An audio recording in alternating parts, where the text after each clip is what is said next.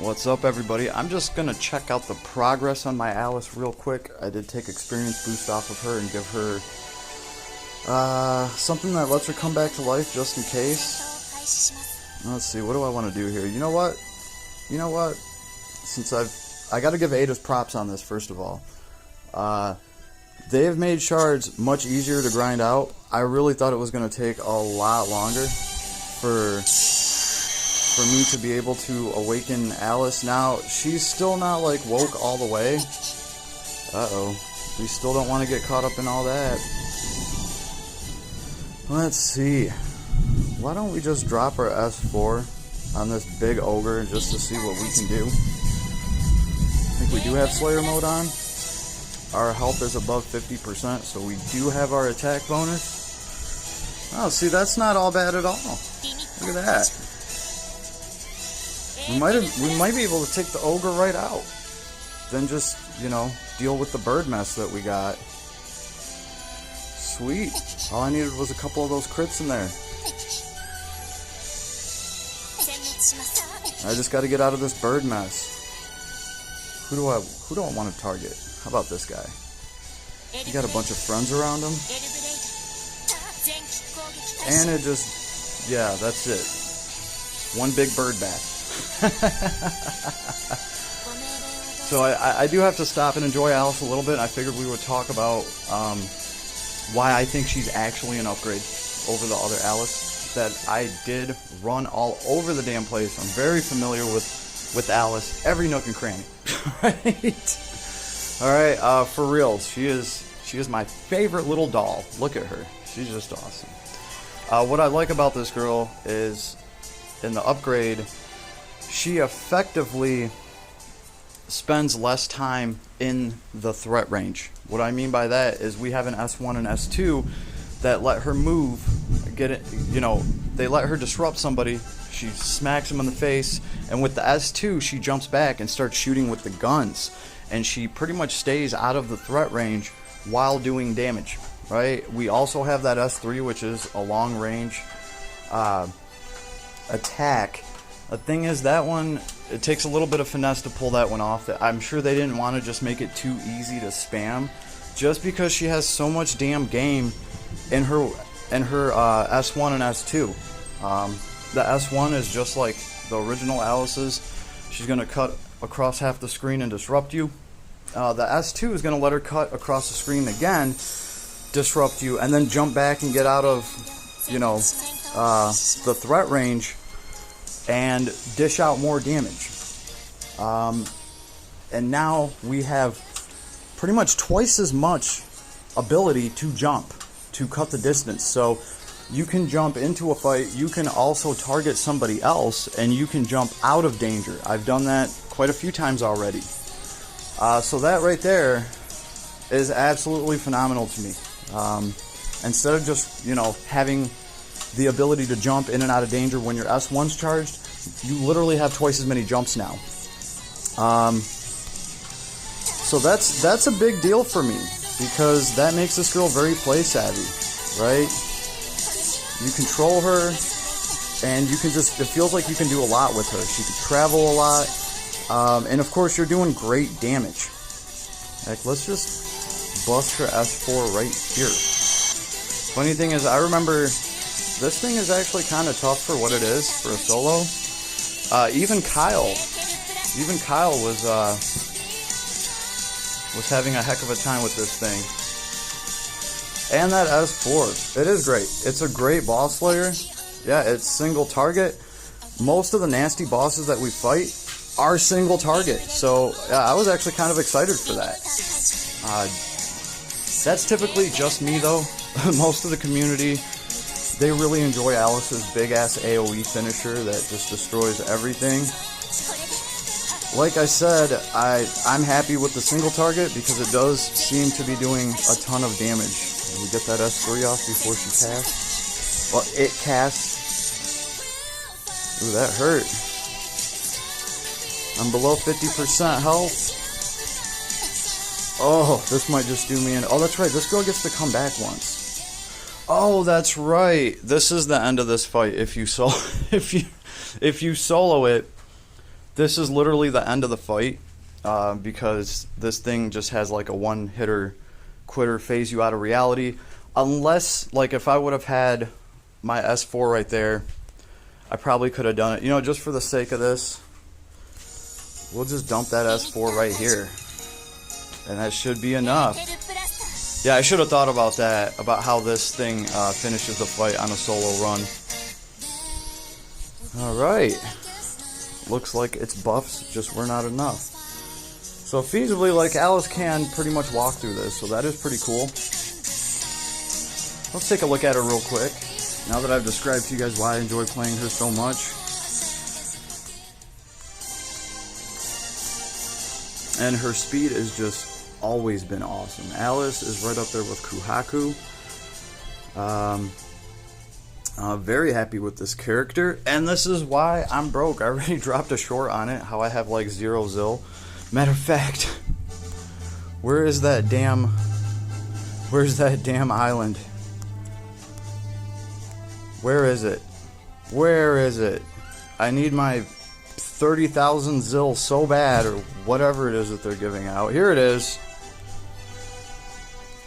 Oh, 32,000. You know what? I probably have a ton of bars that I need to sell in my inventory. So I'm gonna do that, but I doubt that's gonna put me at a milli. Yeah, because I'm not even... I'm a little over a quarter of the way there. And like I said earlier, it was because I went into the alchemy lab. Yes, I am a level 10 alchemist now, but the reason I did it was for Alice. I just haven't had that much time, and I was like, you know what? I'll skip like half the grind, right? I did get her almost to 100 out of 108 abilities unlocked. Of course, we're not quite there yet. Oh. Actually, what can we get here? I know I need a lot of reds and some blues. You know, Ocean Slayer's a big deal, right? Soldiers, fish, dragons, stones, pretty much everything that's floating around in the ocean. Yeah, we're gonna have to get Ocean Slayer. That's gonna take this girl's damage to another level. And then what else are we missing here? That's right, we can get 70 more strength. This ice attack rise too. This is kind of a biggie, especially for her S4. So I'm gonna want to get this thing. So I am gonna have to grind some stuff out still. Ether full release. Yeah, actually, might as well get that too. Full ether unlocked. That's always been a very nifty ability that this girl has had. So that's where I'm at right now, and I still have to get Goddess Kiss, but we are at least at the 100 mark. We're at 101 out of 108. Right, I did not manage to pull any bonuses of Alice. None, unfortunately. These are the two prisms that I managed to get along the way. There was one in an event, and then I forget where the other one was from. But yeah, no dupes of this girl, and I've just been running her in the Soul Shard accumulation. This is where I managed to get her. Right, she's 5-star awaken. I don't know if you want to call them stars. She's level 5 awaken. Yeah, that is pretty damn good. I gotta give Adis some props for that. I did not realize exactly how good our shard grind was right now. But this is cool. I really thought I would have had to pull a dupe of this girl, at least one, to get her to this point. I thought it was going to take me a long time. And this is a big deal for this character because she does rely on that S4 to do tons and tons of, you know, single target damage, and I enjoy it. If you have her items, I believe. Let's see. I think you have a crit chance with your S4 too, so it can do monster damage.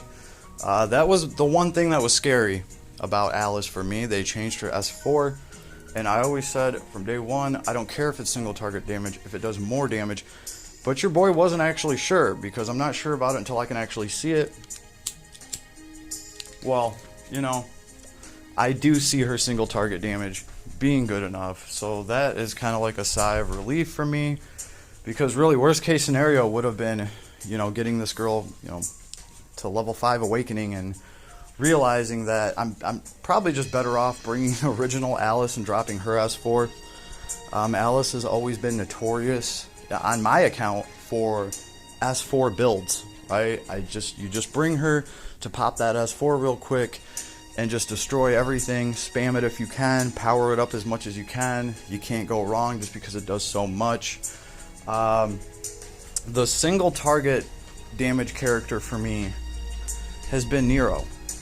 I still love his single target damage. I've had lots of fun killing the Thunder Chicken with him, just dropping that S4. And Alice is gonna probably take over some of that. Now, I do believe Nero's S4 is non-elemental. Ooh, I could be wrong about that. Yeah, I could be wrong about that, but I think it's non-elemental. Obviously, this girl's is, right? It's going to be Thunder, powerful ice, Thunder and ice, or ice. I'm sorry, not and, or. It's either going to be Thunder or it's going to be ice, whichever resistance is lowest. So that's cool, right? So yeah, lots of fun with this character. I dig it. And obviously she's covering, you know, this is cool because now Alice, in all of her glory, and I mean Alice all together, both forms, she's literally covering 3 elements. If you think about that, right? You need a play-savvy glass cannon that can actually successfully function as a glass cannon because she can use her agility and her kit to actually get out of danger, right? Now you have her covering, she's covering holy damage, and now she can also cover lightning and ice. So very cool, very cool. Definitely leaves some room in this game for this character to run around and destroy some shit. And I'm going to be having a lot of fun with her. I tell you right now, I'm going to be using the hell out of this character. So I've really enjoyed her. It's nice to see some of her power actually getting unlocked and just being able to go through some of these levels. You know, and I'm comparing what she's doing to when I was running Kyle, right? And obviously Kyle I have pretty much all the way built. Alright, he's fully enhanced, he's fully woke, and he's got 108 out of 108. And with his equipment, Kyle's not fully done, but he's got some decent gear, right? He has the Spirit Sword, you know, he has a 7-star weapon.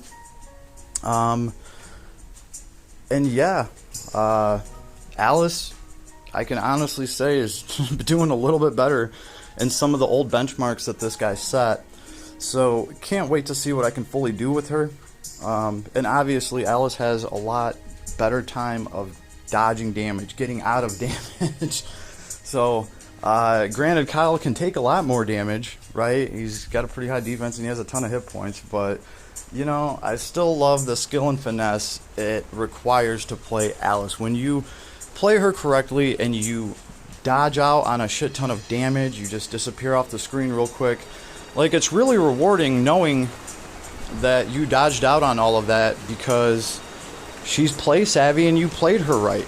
I don't know, it's just rewarding. It's like a hole-in-one in golf. So, just IMO, this is why I'm running this girl, and I wanted to give Ada some props for making the shards, you know, manageable to get for her. So, definitely having fun there. Oh yeah, while we are here, what's going on the friends list? People send me invites. I want to give them a chance to make room. Okay? Riani!